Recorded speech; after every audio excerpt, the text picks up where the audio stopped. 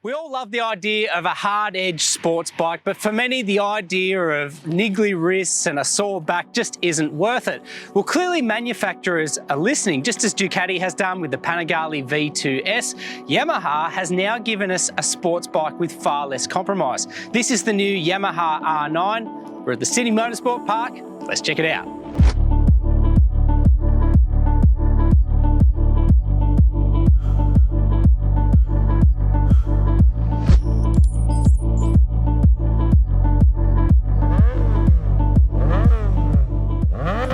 So the R9 really looms as a replacement for the R6. Great bike, really hard edge, but it's no longer available for the road because of emissions. You can only get it in Australia as a track-only bike. So the R9 is basically its replacement.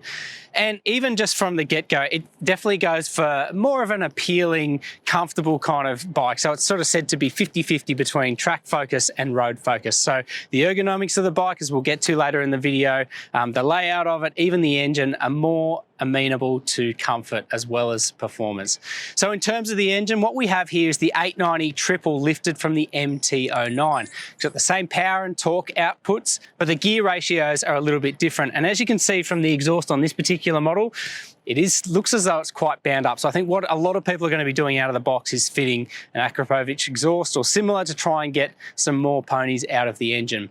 We've got KYB suspension, fully adjustable front and rear. The forks are more or less lifted from the Yamaha R1, which is going to be really interesting. Great brakes as well, Brembo front and rear, and the wheels from this are actually lifted from the R6 as well. So some really quality components throughout. This is said to take its aero from MotoGP. It's got the winglets, which are inspired by MotoGP, but more important than that, it is said to be the most aerodynamically efficient bike that Yamaha has produced, even more so than the R6. So that's saying quite a lot. It's going to be interesting to see how it goes on track. Then there's the curb weight of this thing, 195 kilograms wet. So definitely, a pretty agile, light little bike. So really interesting to see how it's going to go here today at Sydney Motorsport Park. We're not riding the full circuit. We're actually riding the shorter south circuit. It's very tight. It's very technical. And I think it's going to be quite telling as to how, I guess, friendly this bike is.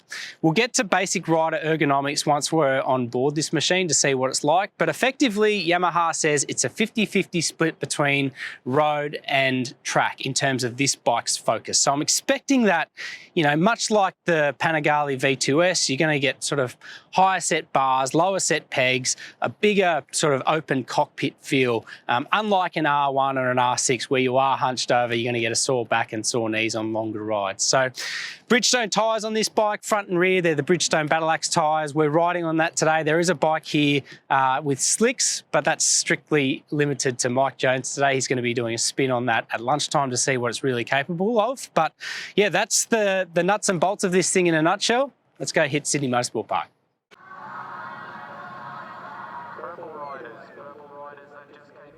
First impression, I really like it. It's quite a low seat height. I'm 5'9". I've got no troubles at all touching the ground, which is good. It is still quite a swept forward rider position, but less so than an R1 or an R6. Probably a little bit more aggressive than an R7. But yeah, clip-on bars and everything else. But yeah, I think definitely a bike, you could potentially spend longer rides in the saddle without the aching back and wrists. I really like the TFT display. It's got a nice crisp resolution. Everything's quite legible, easy to use. We've fiddled around a little bit with the different parameters there. You can see there's so many different settings there in terms of traction control, power, anti-lift, or anti-wheelie, and all the rest. So yeah, it'll be cool to play around with those a little bit today. And be again 2 laps behind the coach and then... Perfect, thank you. But yeah, look, it looks fantastic in the skin, this bike. We are riding these bikes out of the box, and interestingly, Moto School, who are conducting this ride day today, so they did some testing a few weeks ago. They actually did play around with settings, suspension settings and all that, and end up finding that the base setting was what worked best with these bikes anyway. So that's what we're riding today. Let's go hit Eastern Creek South Circuit.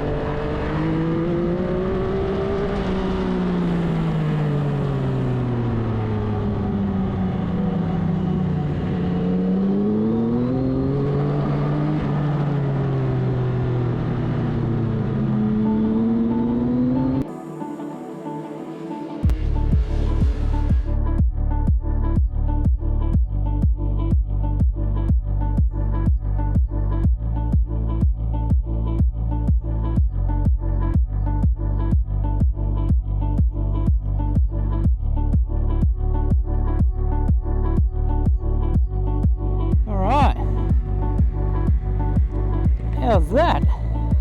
Well, Yamaha R9, what a bit of kit. They've done a terrific job. Really balanced, forgiving, yet capable motorcycle. Yeah, look, I think this is one of those bikes that you would grow into. I think the more that you ride it, the more that you're going to discover, the more you unlock in yourself. Yeah, look, I'm a big fan. So I want to, I guess, canvass all this by saying I'm not your everyday track weekend person. This is a relatively new scene to me, mostly dirt stuff.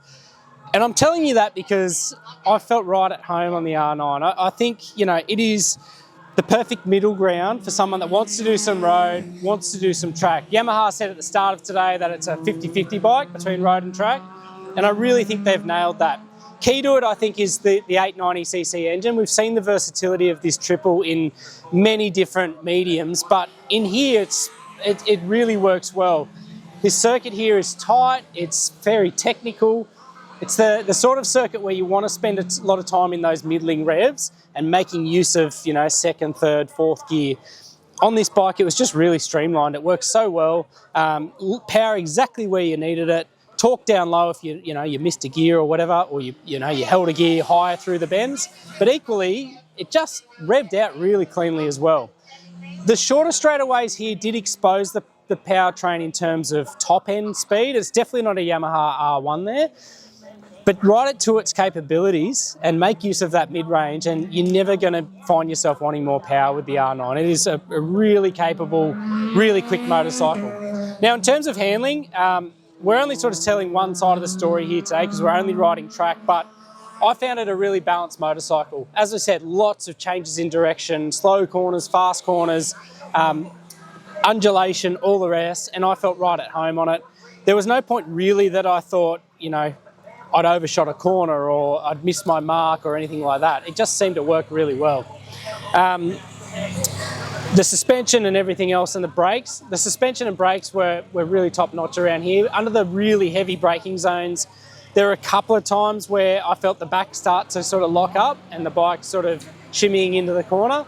But helpfully there, I'd had the electronics package to help me out, and it just kept everything tied down, everything safe, and it really boosted and encouraged confidence as we went along. I think in terms of ergonomics, we're going to have to wait for a thorough road ride to tell you more about that. But in a racetrack, guys, plenty of room to tuck in behind the fairing, nice open cockpit, had no trouble at all getting the knee down, cranking over. So look, I think it's a really versatile motorcycle. Now, we haven't mentioned price in this video just yet. It's a touch over $20,000. I think if Yamaha could have got under 20, they would have had, you know, a huge draw card in that. I mean, the closest bike to this is obviously the Panigale V2S that we mentioned before. It's $5,000 cheaper than that. If they could have got it under 20, I think they would have had a real bargain and a real hot ticket item on their hands. But nonetheless, this is a lot of motorcycle for the sticker price. It has done all the track stuff really convincingly. Now the big test, and the other side of the coin here, is how it fares on road. If Yamaha says that this is a 50-50 split, well then that's we sort of leave it there. We need to go and hit the road to see how it fares on the open road touring, how well it stands up in terms of comfort, wind buffeting and all the rest. But as a track machine goes, I found it super enjoyable and super confidence inspiring. And I think that really is the entire point.